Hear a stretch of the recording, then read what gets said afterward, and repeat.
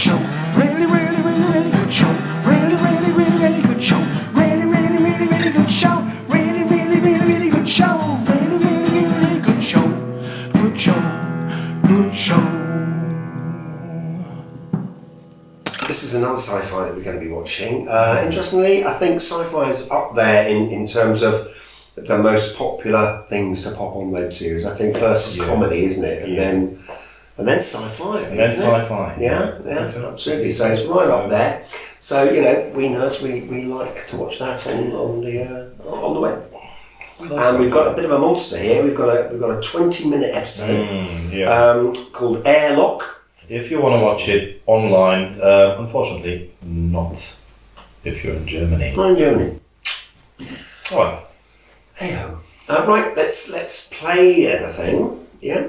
Just Airlock, I mean, probably set in space then. You think? Ooh, do you think? I think. Interesting.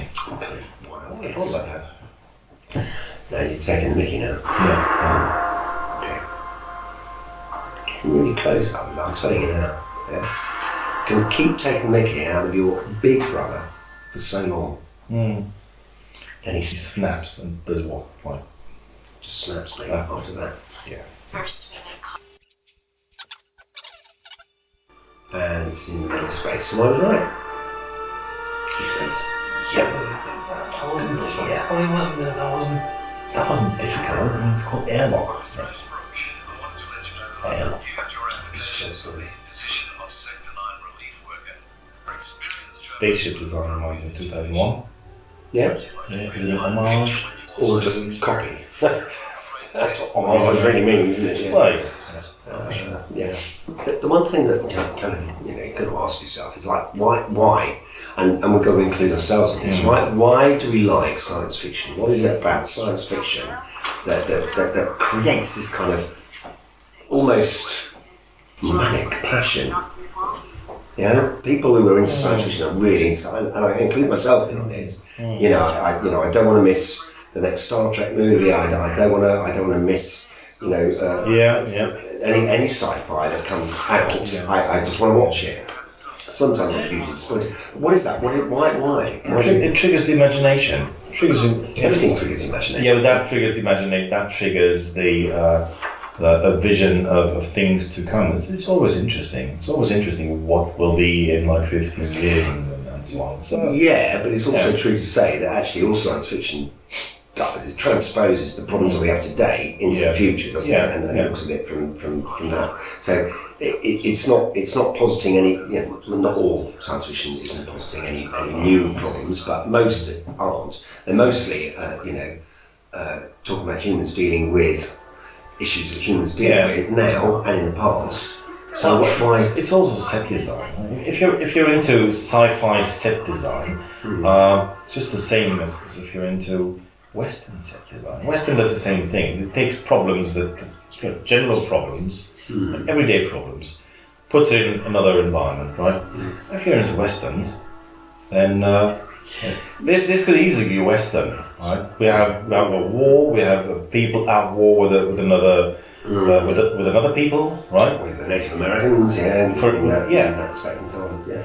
So okay. So but it still doesn't an Alamo. Still doesn't quite explain the kind of the Comic Con kind of manic passion that people have for science fiction. To say it's about set design is like a little bit. Don't get that. I'm saying it's a combination of set design of what you're into, right, and a fascination for visions of the future.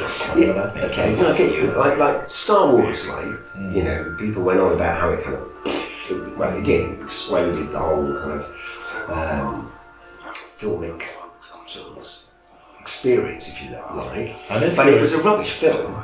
Yes, because it's Muppets in space. Star Wars basically is Muppets in space. If you're into Muppets in space, watch the bloody Muppet Show. It's just fantastic. Pigs in space. That is Star Wars. Really?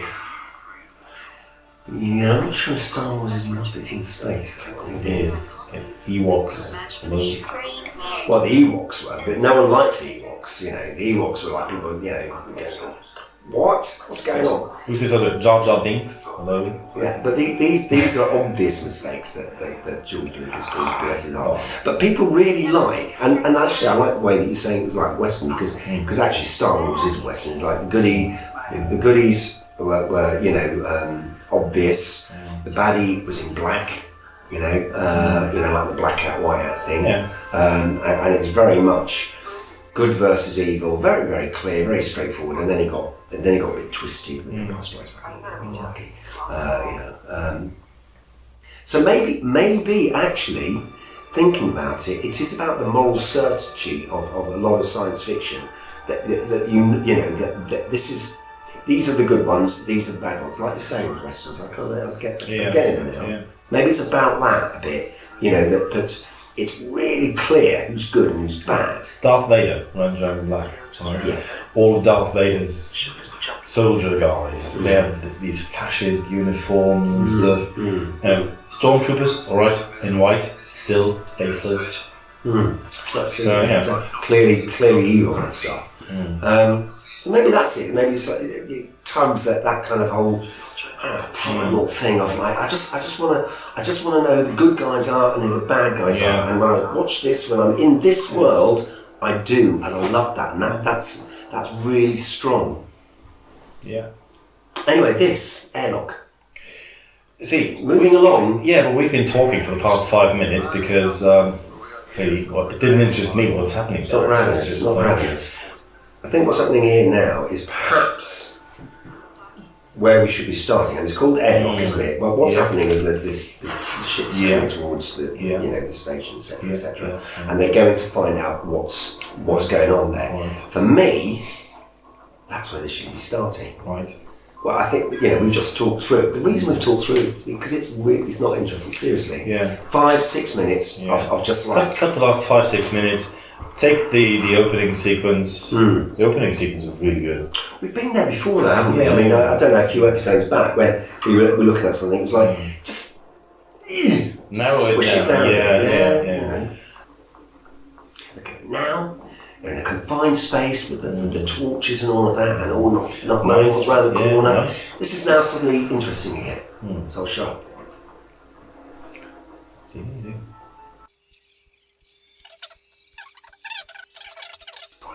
Again, I think this is something that I know my friends take the mickey out of me doing the sci-fi thing anyway. But there's always this thing of like, it's got to be electronic music and it's got to be like continuous and it's got to be constant.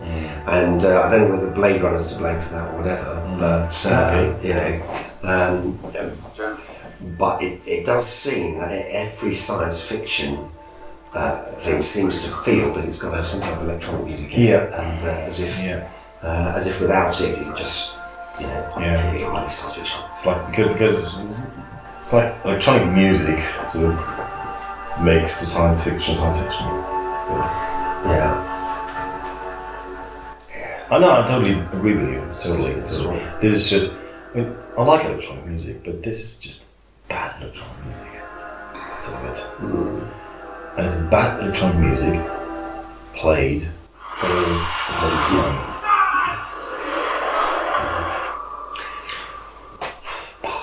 I think the other thing that's bothering me is, I suppose there's, Clint Eastwood's to blame here. The whole laconic hero, the hero of a few words, just the sort of the look, and he's got this moody broody thing going big time, isn't he? But it's like that's it. That is the one expression he has, moody broody, and that is it. And even right now. This vision kind of thing, right? It's just still the same facial expression. Talking about the editing effect, the one where you take a picture of an actor looking, and then you take a picture of a coffin or a dog or whatever, and then the audience go, he's really relating to the dog, or he's really relating to and he's actually not doing this different thing at all. What we do is we empower actors, and I suppose the thing is he's not empowering. At all. That effect, whatever it's called, and please feel free to write us and tell us what that effect is. He's not doing that. What you're thinking is please change your look. Yeah. you know, because you can't look at everything exactly the same way. You know, it becomes like Stoneface. There was a Buster Keaton. Stoneface. Buster Keaton. Stoneface. Yeah. He was funny. Buster Keaton was funny. Yeah. This guy's not funny, and he's not supposed to be funny. That's true. Yeah. And I'm not feeling with the story either. Really. No. The story's kind of there's just so much, you know, sort of fluff at the beginning. Yeah. You kind of lose the will to live a little bit. And I'm talking as a sci-fi fan here, people. I like science fiction. I'm not saying this is bad. I'm just saying I'm not gripped by it. Yeah. Maybe after episode 1 gets better. More gripping, see, whatever.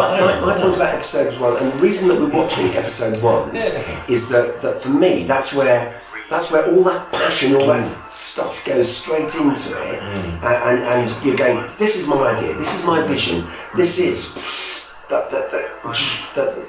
energy, the passion, the idea, it's all there, and then where can we go from there?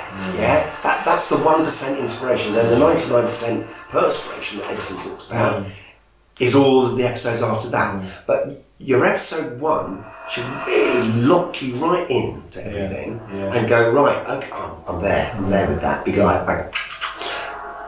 I didn't get it with this, and yes, you're right, maybe the next episode it'll be better, but it should be brilliant the first episode, and then it should be living up to that excellence as it goes on, and that's what, you know, that's the assumption you make. You know? That is the assumption you make when you watch a pilot or whatever. You're going to get the best. It's not going to get much better than that. You know, hopefully it won't get much worse. But if I'm not impressed with that pilot, then then I'll just stop watching. You know, and if I'm not impressed with the first 5 minutes of the 20-minute pilot, I would just go, okay, stop. That's it.